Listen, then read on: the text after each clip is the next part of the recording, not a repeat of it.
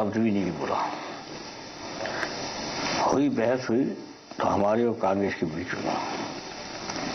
तो एक तो हालात देश की सुरक्षा का ही सबसे बड़े खतरा है। फौज, जहां तक सवाल है, फौज का मनोबल ऊंचा है और फौज के एक बहुत वरिष्ठ अधिकारी से बात हमारी हुई तो उन्होंने कहा हमें इजाजत नहीं मिलती है, कोई स्पष्ट निर्देश नहीं मिलता। तो मैंने कहा मैं तो रक्षा मंत्री रहा हूं, हर हफ्ता मीटिंग होती है, उसमें तो सब होते, प्रधानमंत्री जी होते हैं और रक्षा मंत्री तो होते हैं और भी होम मिनिस्टर भी होते हैं। तो उन्होंने कहा हाँ हर हफ्ता मीटिंग होती है। तो मैंने कहा आपने कभी सवाल रखा है सभा का? तीनों चीफ होते हम रखते हैं। तो क्या जवाब मिलता? सका के चुप, कुछ भी नहीं बोलते कि वे चुप रहते हैं। तो ये सवाल तो जरूर है जो देश के हालात हैं। जहां तक ये बेरोजगारी का सवाल है, गरीबी का है, महंगाई का है, भ्रष्टाचार का या घोटाला, इसी में 5 साल निकल गए। नेताजी आपने देखा कोई सत्र ऐसा नहीं था जिस सत्र में इन मुद्दों को लेकर की बहस होती है, परिणाम कोई निकला नहीं। सरकार की तरफ से इस वक्त कोई भी अपनी नीति या उत्तर नहीं दिया। हम लोग विदेश नीति की बात कर रहे थे, बाहरी खतरों की बात कर रहे थे। जो हमारी बाहरी सीमाएं हैं देश की असुरक्षित हैं, आप भी मानते हैं। आपने अभी बताया कि मीटिंग्स तो होती है लेकिन कोई निर्देश जारी नहीं होता है सेना के प्रमुखों को। तो आप मानते हैं कि जो पिछली जो 10 साल से सरकार चल रही है, उस सरकार में एक दृढ़ निश्चय की या स्ट्रांग लीडरशिप की कमी रही है पिछले 10 वर्षों में? बिल्कुल पूरी तरह से कोई भी ना तो उनकी इच्छा शक्ति रही और न कोई दृढ़ता रही और न साहस रहा। हमने तो यहाँ तक कहा कि डरपोक सरकार है, उसका भी जवाब नहीं किसी ने दिया।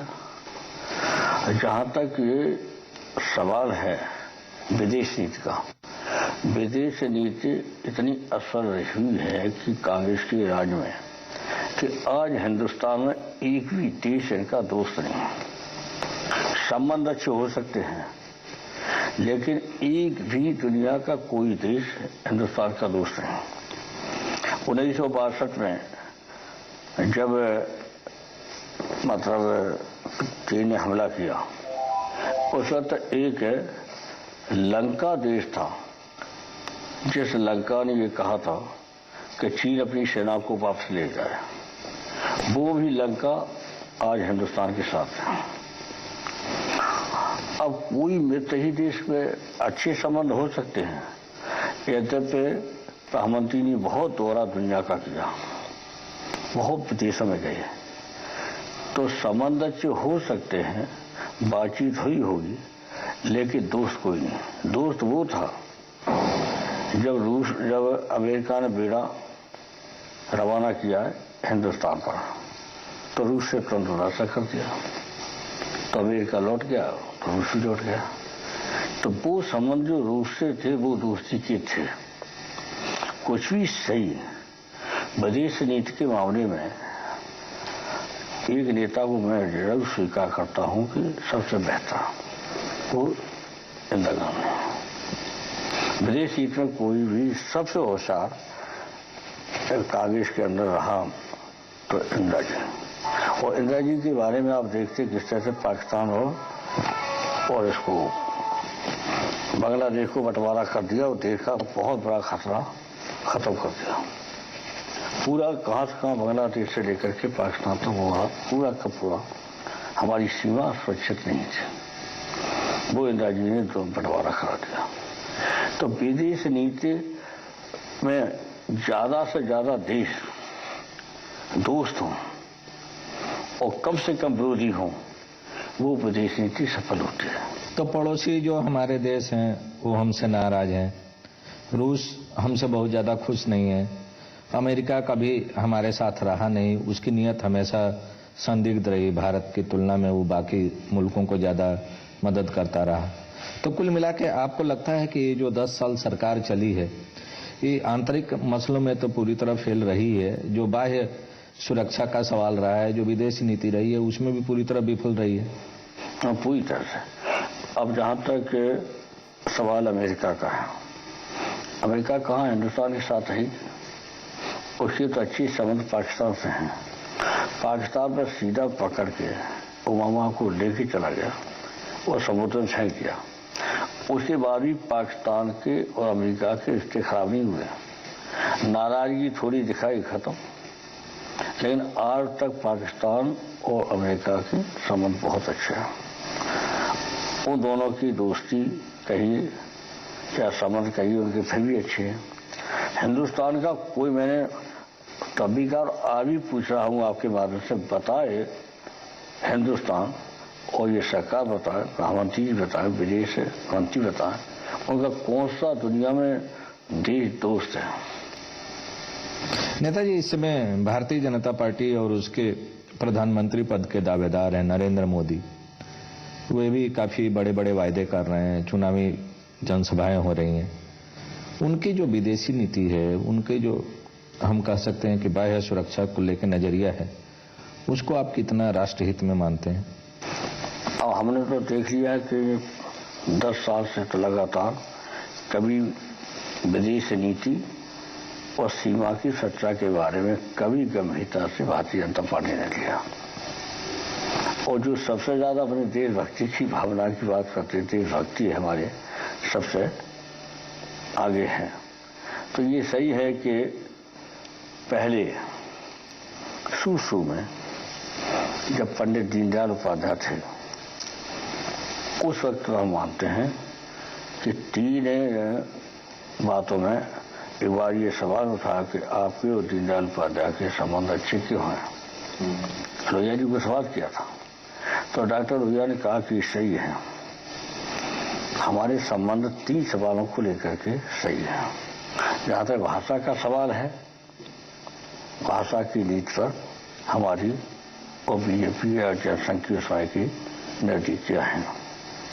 दूसरा, देशभक्ति के मामले में भी हमारी उनकी नीतियां हैं। और जहां तक देशी सुरक्षा का सवाल है, उसमें भी हमारी उनकी नीतियां मिलती जुलती एक है। लेकिन पंडित दीनदयाल उपाध्याय के बाद इनका रास्ता ही अलग हो गया और पूरी तरह सत्ता की तरफ चला गया। सत्ता हासिल किसी तरह हो, सत्ता में किस तरह बीजेपी आ जाए, बस ये लक्ष्य है उसका। न देश का है, न किसान का है, न गरीब का है, न बेरोजगार का है। और जहां तक कि माइनॉरिटी का सवाल है, माइनॉरिटी के बारे में उनकी नीति अभी तक नहीं बदली। और जबकि अल्पसंख्यक को, विशेषकर मुसलमान, देश के विकास के लिए और देश की रक्षा के लिए बढ़ चढ़ के आगे हैं। अभी 80% दस्तकारी माइनॉरिटी के हाथ में और विशेषकर मुसलमानों के हाथ में। नेताजी, अभी मुसलमानों के हाथ में अल्पसंख्यकों के बारे में अभी विस्तार से बात करेंगे। आपने चर्चा की पंडित दीनदयाल उपाध्याय की, उनके विचारधारा की। ये जो नई पीढ़ी है इस समय, जो सोशल मीडिया, फेसबुक और इंटरनेट, ट्विटर वाली जो पीढ़ी है, उसका ये कहना है कि पंडित नेहरू और इंदिरा जी का नाम लेके कांग्रेस पार्टी राजनीति करती है, लेकिन अगर उसके प्रैक्टिस की बात करें, उसको अपने कार्यक्रमों में लागू करने की बात करें, तो कांग्रेस पार्टी के नेता, जो मौजूदा नेता हैं, कोसों दूर हैं। आपने भी कहा कि इंदिरा जी की जो नीति थी वो सही थी, जहां तक विदेश नीति का सवाल था। दीनदयाल जी के बारे में आपने चर्चा की कि मौजूदा जो बीजेपी का नेतृत्व है या जो बीजेपी के कर्ता धर्ता हैं, वो दीनदयाल जी के जो फिलॉसफी रही है उससे कोसों दूर है। इसी तरह के आरोप आपकी पार्टी पर भी लग रहा है। आप भले ही डॉक्टर लोहिया के विचारधारा, उनके सिद्धांत, उनके दर्शन को आगे बढ़ाने की कोशिश कर रहे हैं, लेकिन आपकी पार्टी पर भी अब यह आरोप लग रहा है कि समाजवादी पार्टी डॉक्टर लोहिया का खाली नाम लेती है। सही मायने में जब प्रैक्टिस करने की बात आती है, जीवन में लागू करने की बात आती है, तो कांग्रेस, भारतीय जनता पार्टी और समाजवादी पार्टी तीनों विचारधारा की राजनीति से दूर हटती जा रही है। इस पर आपका क्या कहना है? जहां तक डॉक्टर लोहिया की नीतियों का सवाल है, उसमें 100% समाजवादी पार्टी चल रही है। आप देखेंगे कि ये नारा हम लोग देते थे रोटी कपड़ा सस्ती हो, दवा पढ़ाई मुफ्त हो। ये नारा लोहिया जी ने दिलवाया था। तो आज आप देख रहे उत्तर प्रदेश में पढ़ाई भी मुफ्त है, दवाई भी मुफ्त है, और रोजगार दो वरना बेरोजगारी का भत्ता दो।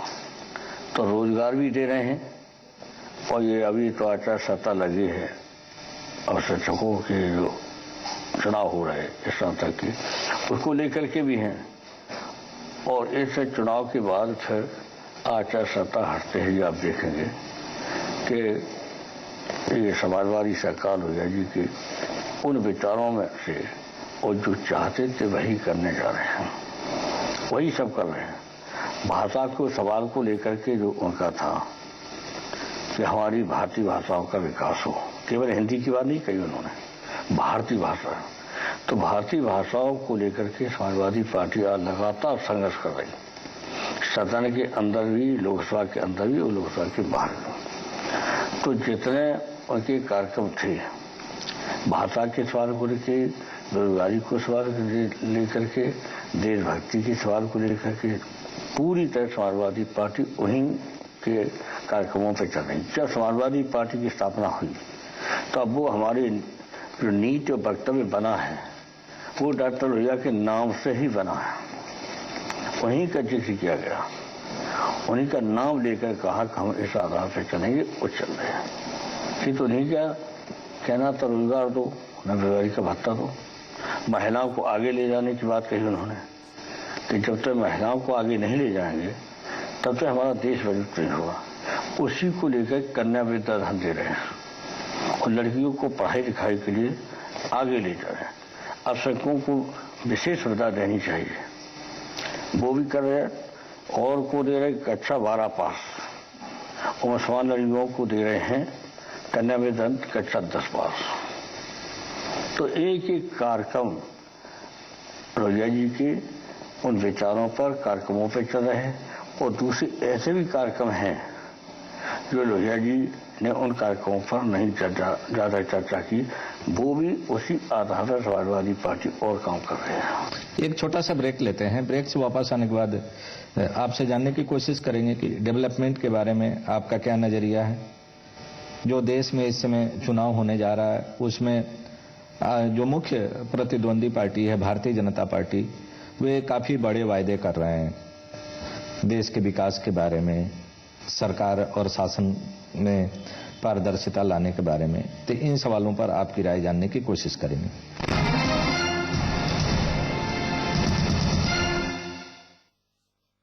प्रायोजक हैं, करें अपने पैसों को मल्टीप्लाई। एसएमएस करें EPIC 56363 पर और TVS जुपिटर, ज्यादा का फायदा। कहते हैं सपना नारे लगाने से पूरा नहीं होते, बल्कि उसके लिए ईमानदारी से कोशिश करनी पड़ती है। और शासन की इसी कोशिश ने सुकमा को जिले का दर्जा दिलाने के साथ साथ विकास और समृद्धि की राह को आसान कर दिया है। सिंचाई के लिए पानी, बीज और खाद मिल जाए तो किसानों को और क्या चाहिए। प्रशासन ने किसानों की तमाम बुनियादी जरूरतों का ख्याल रखा है, जिससे यहाँ के किसानों को कृषि उत्पादन में अच्छी आमदनी हो रही है। जिला बनने के बाद कृषि विभाग से लोग आके देख रहे हैं। सुखमय सुकमा। प्रशासन ने सुकमा में करोड़ों के विकास कार्य के साथ साथ निर्माण कार्य में क्रांति सी ला दी है। कहीं बड़ी बड़ी बिल्डिंग का निर्माण तो कहीं अस्पताल, भवन, स्टेडियम और चमचमाते गौरव पथ निर्माण कर जिले में विकास क्रांति ला दी है, जिससे पूरा जिला समृद्धि की नई राह पर चलता नजर आ रहा है। इंडिया का इंटरनेशनल टेस्ट टॉप्स लाइफ में लाए मजा। नई हीरोइन? हीरोइन नहीं, आपकी ट्रेनर। ट्रेनर? हाँ। So young. मम्मी?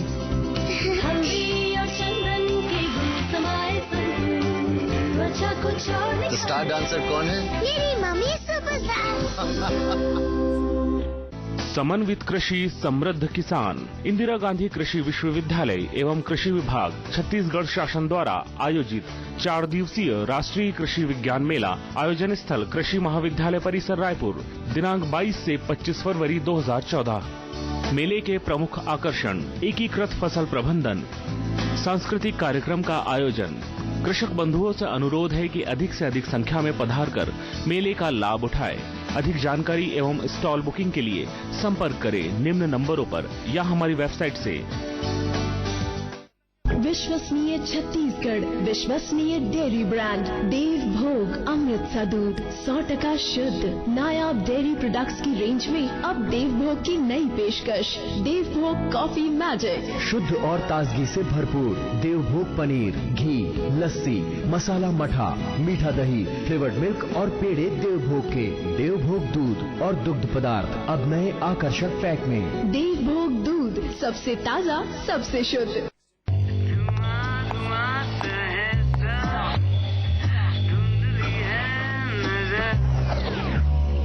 हेलो, क्या करें? आपके पिक्चर में इतना पोल्यूशन जो है। Demand to have Videocon D2H असली HD, जो आपकी सिग्नल से पोल्यूशन हटाए और दे क्लीनेस्ट, फ्रेशेस्ट, क्लियरेस्ट पिक्चर। अब एयर में पोल्यूशन होना हो, ऑन एयर नहीं होगा। गरीब परिवारों की कन्याओं के लिए लागू मुख्यमंत्री कन्यादान और निकाह योजना का लाभ लेने वाले जोड़े अब भावी संतान की शिक्षा की चिंता से मुक्त हो गए हैं। ये हुआ है मुख्यमंत्री श्री शिवराज सिंह चौहान द्वारा योजना में होने वाले विवाह के लिए सहायता राशि 15,000 से बढ़ाकर 25,000 रुपए कर देने से। अब 15,000 नहीं, अब एक शादी पे 25,000, शादी या निकाह पे 25,000 रुपया खर्च करने का काम होगा। सहायता राशि में बढ़ोतरी का उद्देश्य योजना में विवाहित जोड़ों की होने वाली संतानों की शिक्षा के लिए पैसा उपलब्ध करवाना है। योजना में विवाह और निकाह के लिए अब 25,000 रुपए दिए जाते हैं। इसमें कन्या को 16,000 रुपए का गृहस्थी का सामान दिया जाता है। शेष 9,000 में से 6,000 कन्या के बैंक खाते में 5 वर्ष के लिए फिक्स डिपॉजिट किए जाते हैं। 3,000 आयोजक को दिए जाते हैं। कन्या के खाते में फिक्स डिपॉजिट 6,000 रुपए 5 साल में बढ़कर करीब 10,000 हो जाएंगे। तब तक उसकी भावी संतान शिक्षा प्राप्त करने योग्य हो जाएगी। वो पढ़ने जाएंगे तो पहली क्लास में ही 10,000 रुपए का चेक उनको मिल जाए। ये पैसा उसकी शिक्षा में काम आएगा। इस छोटी सी पहल से भावी पीढ़ी को बेहतर शिक्षा मिल सकेगी।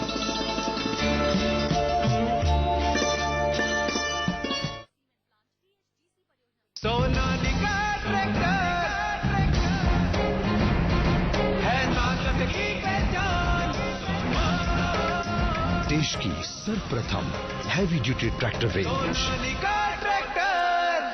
लाल लाल टमाटर, फिर समोसा हो या बर्गर, टॉप्स केचप, इंडिया का इंटरनेशनल टेस्ट। टॉप लाइफ में लाए मजा। विश्वसनीय छत्तीसगढ़, विश्वसनीय डेयरी ब्रांड देव भोग अमृत सा दूध 100% शुद्ध। नायाब डेयरी प्रोडक्ट्स की रेंज में अब देव भोग की नई पेशकश, देव भोग कॉफी मैजिक। शुद्ध और ताजगी से भरपूर देव भोग पनीर, घी, लस्सी, मसाला मठा, मीठा दही, फ्लेवर्ड मिल्क और पेड़े देव भोग के। देव भोग दूध और दुग्ध पदार्थ अब नए आकर्षक पैक में। देव भोग दूध, सबसे ताजा, सबसे शुद्ध। नमस्कार, ब्रेक के बाद आपका स्वागत है। नेताजी, हम लोग बात कर रहे थे कि विचारधारा की बात हो रही थी, डॉक्टर लोहिया, इंदिरा जी और दीनदयाल जी की बात हो रही थी। अब इस समय चर्चा हो रही है डेवलपमेंट की, पॉजिटिव इश्यूज की। तमाम बुरे काम जिसको करके अलग अलग राजनीतिक दल सत्ता तक पहुंचे हैं, 2014 के चुनाव में एक अपने नया मुखौटा लेके जनता के बीच में जा रहे हैं। डेवलपमेंट के बारे में आपका क्या नजरिया है? इस समय देश के सामने 3 तरह का डेवलपमेंट का मॉडल है। एक डेवलपमेंट जो आपने सोचा था, आपकी सरकार बनी है, आप उसको लागू करने की कोशिश करवा रहे हैं। एक डेवलपमेंट जो दीनदयाल जी का था, गांधी का था। एक डेवलपमेंट जो पंडित नेहरू का था। एक डेवलपमेंट जिसकी परिकल्पना इस समय नरेंद्र मोदी कर रहे हैं पूरे देश में घूम घूम के। आपको लगता है कि जो नरेंद्र मोदी का मॉडल ऑफ डेवलपमेंट है वो सही है, या डॉक्टर लोहिया आपका जो मॉडल ऑफ डेवलपमेंट है वो ठीक है, या जो मनमोहन सिंह, इंदिरा जी, या हम कहें कि अब राहुल गांधी के एक ड्रीम है, वो डेवलपमेंट देश के हित में है? कौन सा डेवलपमेंट का मॉडल देश के हित में ज्यादा है आपकी नजर में? देश का विकास किसान की संपन्नता पर ही निर्भर करता है। 72% खेती लोगों के पास है और आज 65% किसान अपने हाथों से खेती कर रहा है। और जिन देशों में किसानों को बढ़ावा दिया है, आगे रहे, वही देश आगे निकले हैं। अमेरिका ने सबसे पहले किसानों पर संपन्नता लाने का काम किया था और सबसे पहले गेहूं की जो पैदावार थी वो दो ही जगह थे, एक तो अमेरिका, एक ऑस्ट्रेलिया। और वो गेहूं ऐसा एक समय आया कि हिंदुस्तान खरीद के खा रहा था, जब संकट आया था एक बार। वो लाल लाल गेहूं था, उसकी रोटी फट जाती थी, याद होगा बच्चे हम लोग थे, रोटी फट जाती थी। तो जहां तक ये सवाल है देश को आगे बढ़ाने का, किसान आगे बढ़ेगा तो देश अपने आप आगे बढ़ेगा। दूसरी तरफ दस्तकारी, 80% आज दस्तकार हैं जो दस्तकारी करने वाले लोग हैं। हिंदुस्तान में आज भी दस्तकारी 80% मुसलमान कर रहा है, 80%। हम और भी कपड़े पहने हैं, बाल काटने वाला काम है, चाहे कपड़ा बनाने का, चाहे सीने का हो, और चाहे आपके हथियार बनाने का हो, चाहे मोटर बनाने का, कार बनाने का, ट्रक बनाने का, और मिसाइल तक कलाम ने बनाई। वो जनक कहलाते हैं मिसाइल के। तो हथियारों से लेकर देश की सच्चा था, चाहे अब्दुल हमीद से लेकर के बहुत और कई ऐसे हैं जो देश के लिए शहीद हुए हैं। तो ये जो मानसिकता है बीजेपी की है या अन्य दलों की है, उनकी नीयत और नीति साफ नहीं है। और समाजवादी पार्टी की नीति और नीयत साफ है। जहां तक सवाल नीयत का है, अगर नीतियां खराब हैं और नीयत सही है तो काम चल जाएगा, और अगर नीतियां बहुत अच्छी हैं और नीयत खराब है तो कोई काम नहीं चलेगा। तो इनकी नीयत रही, चाहे बीजेपी हो चाहे कांग्रेस हो, इनकी नीयत कभी अच्छी नहीं रही। उसी का परिणाम है कि देश हमारा बहुत आगे जाना चाहिए था, वो देश पीछे है। क्योंकि आप देखेंगे अब ये मामला चीन का वाला मामला है। चीन के सवाल को लेकर के लगातार समाजवादी पार्टी और डॉक्टर विजय से लेकर सन 52 से लेकर लगातार कहते रहे कि खतरा है इससे। और आज भी हमने कई बार सवाल उठाया, 10 साल 15 साल से लगातार लोकसभा जब भी गए तो ये सीमा के सवाल को उठाया। लेकिन पता नहीं ये सरकार कितनी डरपोक है, क्या है। सेना तो बहादुर है। सेना की मैंने कहा था कि एक बड़े अधिकारी से बात हुई, फंक्शन मिल गया, क्या हाल है, कि हाल तो अच्छा नहीं है, हमको ये घुसा है 19 किलोमीटर, कि अगर सरकार ने देते तो मैं खरीद दूंगा। और आज बता रहा हूं आपको, स्थिति बड़ी गंभीर है, लेकिन 62 की स्थिति हम नहीं होने देंगे। ये बहुत बड़े अधिकारी की का कहना था, राय थी। तो मेरी सरकार का क्या निर्देश, तो बोलते ही नहीं, अभी तक निर्देश कोई नहीं। तो ये जो सरकार की नीतियां हैं या नियत है, पता नहीं चल रहा क्या है। केवल ये सरकार अपने हाथ में रखना चाहते हैं, इसके अलावा कोई लक्ष्य कांग्रेस पार्टी का भीतर नहीं रहा। और यही बीजेपी का है। बीजेपी जो कर रहे हैं वो के सत्ता पाने के लिए बताए। मोदी साहब ने क्या कौन सा डेवलपमेंट का काम किया, एक काम बता रहे हैं हमको। उन्होंने कहा कि नेताजी भीड़ का मुकाबला मत करो, विकास की बात कीजिए। तो क्या हमने पढ़ाई मुफ्त है, आप क्या दवाई मुफ्त है? यहाँ पर कैंसर है या किडनी है या दिल की बीमारी है, जो गंभीर बीमारियां हैं उनके लिए मुफ्त इलाज किया जाएगा। ये सरकार का फैसला है। और मैंने कल भी सब कहते जानकारी आपको होना चाहिए, गंभीर बीमारियों के लिए कोई परेशानी हो तत्काल आ गया। हमने यहाँ पर सरकार ने भी कह दिया, मुख्यमंत्री से भी कहा कि एक अवसर ऐसा हो जिससे पूरे प्रदेश की जनता जान जाए कि गंभीर बीमारी के लिए हमें उस अवसर पर जाना होगा तो बड़ी मदद हो जाएगी। तो ये नीतियां हैं समाजवादी पार्टी की। ये नीतियां किसी पूरे देश में किसी सरकार ने इतना काम नहीं किया। डेवलपमेंट का जहां तक सवाल है, समाजवादी पार्टी ने जो काम किया इतनी जल्दी पूरा का पूरा सिंचाई का इंतजाम पूरा कर दिया। एक भी खेत वंचित नहीं रहा है इस सरकार ने जिसमें पानी न पहुंचा हो। सिंचाई पानी पहुंचा है। कर्जा माफ किया, भूमि विकास बैंक का कर्जा, जैसे सरकार उनकी किसान की जमीन नीलाम हो जाती थी। भूमि विकास बैंक कर्जा तब देती है, रजिस्ट्री करा लेती है जमीन की।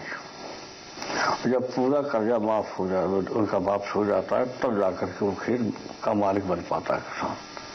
प्रतिबंध लगा दिया समाजवादी सरकार ने, उत्तर प्रदेश में प्रतिबंध लगा दिया, किसी भी किसान की जमीन नीलाम नहीं हो सकती, चाहे कितना कर्जा हो। अब उसके बाद जब देखा कि कर्जा काफी है किसानों का, तो 16.5 करोड़ रुपया माफ कर दिया, सिंचाई मुफ्त कर दी। 500, 550, 550 करोड़ के आसपास सिंचाई मुफ्त है। ये सुविधाएं हिंदुस्तान की किसी सरकार में, किसी राज्य में नहीं है, जो सुविधा उत्तर प्रदेश के अंदर। लेकिन एक षड्यंत्र है, बड़ा प्रदेश है, पार्लियामेंट में सबसे ज्यादा मेंबर हैं, तो खतरा है सबको, बीजेपी को भी खतरा है और कांग्रेस को भी खतरा है। जहां तक वामपक्षी दलों का सवाल है, वामपक्षी दल फिर भी समाजवादी पार्टी की नीतियों की बात करते हैं कि अच्छा काम हो रहा है। आपके ऊपर आरोप लगता है कि आप बेरोजगारी भत्ता देके, कर्ज माफ करके, मुफ्त में इलाज की सुविधा देके आप लोगों को आलसी बनाते हैं, आप पैरासाइट बनाते हैं, सरकारी खजाने को लुटाते हैं आप अपने वोट बैंक को पक्का करने के लिए। वोट बैंक का सवाल नहीं है, सरकार की जिम्मेदारी है जनता को सुविधा देना। सरकार का लक्ष्य क्या है कि टैक्स लगा दो और कई तरह की और किसानों पर और गरीबों पर टैक्स लगा के खजाना भर दो। ये खजाना किसका है? जनता का खजाना है। समाजवादी पार्टी ने हमेशा नारा दिया है, जनता का पैसा जनता के लिए। ये खजाना पूरा जनता का है, तो जनता को ही खर्च करना चाहिए, जनता के पास ही खजाना खर्च हो। तो ये कोशिश कर रहे हैं, और ये कहीं कोशिश नहीं है हिंदुस्तान का। मैं आपसे लीजिए जाकर के इंटरव्यू लीजिए सरकार में जो बैठे लोगों से या अन्य भी दल हैं उनसे, क्या ये सुविधा कहीं है? किसान का कर्जा माफ किया क्या? सिंचाई मुफ्त की गया, दवाई मुफ्त की गया, पढ़ाई मुफ्त की, और क्या लड़कियों को कन्या वेतन दिया? जो आज सबसे ज्यादा पीछे कोई है तो हिंदुस्तान महिला है। 42% पढ़ी लिखी थी पिछली सरकार जो हमारी थी, और अब आप देखेंगे कार्यों में जाइए, ये हालत है कि कहीं अब तो इस बार इतना नहीं, उससे पहले लड़कियां ज्यादा थी, लड़के कम थे। हमारे कॉलेज में जो रामपाल चला रहे, उसमें 52% लड़कियां थी, 48% लड़के थे। जब से ये कन्या वेतन दिया गया, उस सुविधा दी गई, तो लड़कियां पढ़ने के लिए आगे निकली हैं। अब किसी कार्य में खड़े हो जाइए, अब लड़कियों की तादाद दिखाई देगी। तो समाजवादी सरकार ने वो सारी नीतियों को चलाया है जिससे देश मजबूत हो, समाज में एकता हो, महिलाओं के और पुरुषों के बीच ज्यादा दूर। तो महिलाओं का आरक्षण क्यों नहीं लागू होने देते हैं आप? नहीं, आरक्षण तो हम चाहते हैं, आरक्षण के पक्ष में। ये बड़ा गलत अच्छा सवाल कर दिया। हमारा कहना है कि उस वक्त मैंने कहा था कि महाराष्ट्र से लेकर के पूरा का पूरा इतने सूबे हैं, और गुजरात से लेकर के यहाँ चले आइए, उस समय एक भी मुसलमान उस इलाके में लोकसभा के अंदर नहीं था। तो जो मुसलमान हैं, महिलाएं, उनको आरक्षण दीजिए, ये सवाल था। और पिछड़ों को आरक्षण दीजिए, महिलाएं जो पीछे रह गई। इनके आरक्षण की बात कही थी, महिलाओं के आरक्षण के खिलाफ नहीं समाजवादी पार्टी है। यह है कि मुसलमानों की महिलाओं के लिए, पिछड़ों की, दलितों की महिलाएं जो पीछे हैं, बिल्कुल खेती का काम करते हैं और जाके मजदूरी करते हैं, इनको विशेष सुविधा दीजिए। तो उन्हें विशेष सुविधा के नाम पर ये हट गए पीछे और चुप रह गए और जवाब भी नहीं दिया। ये मांग हमारी आज भी है, महिलाओं का आरक्षण हो, लेकिन इनका आरक्षण अलग कर दिया जाए। नेताजी, मुसलमानों के बारे में भी बीजेपी के लोग कह रहे हैं कि आप और कांग्रेस दोनों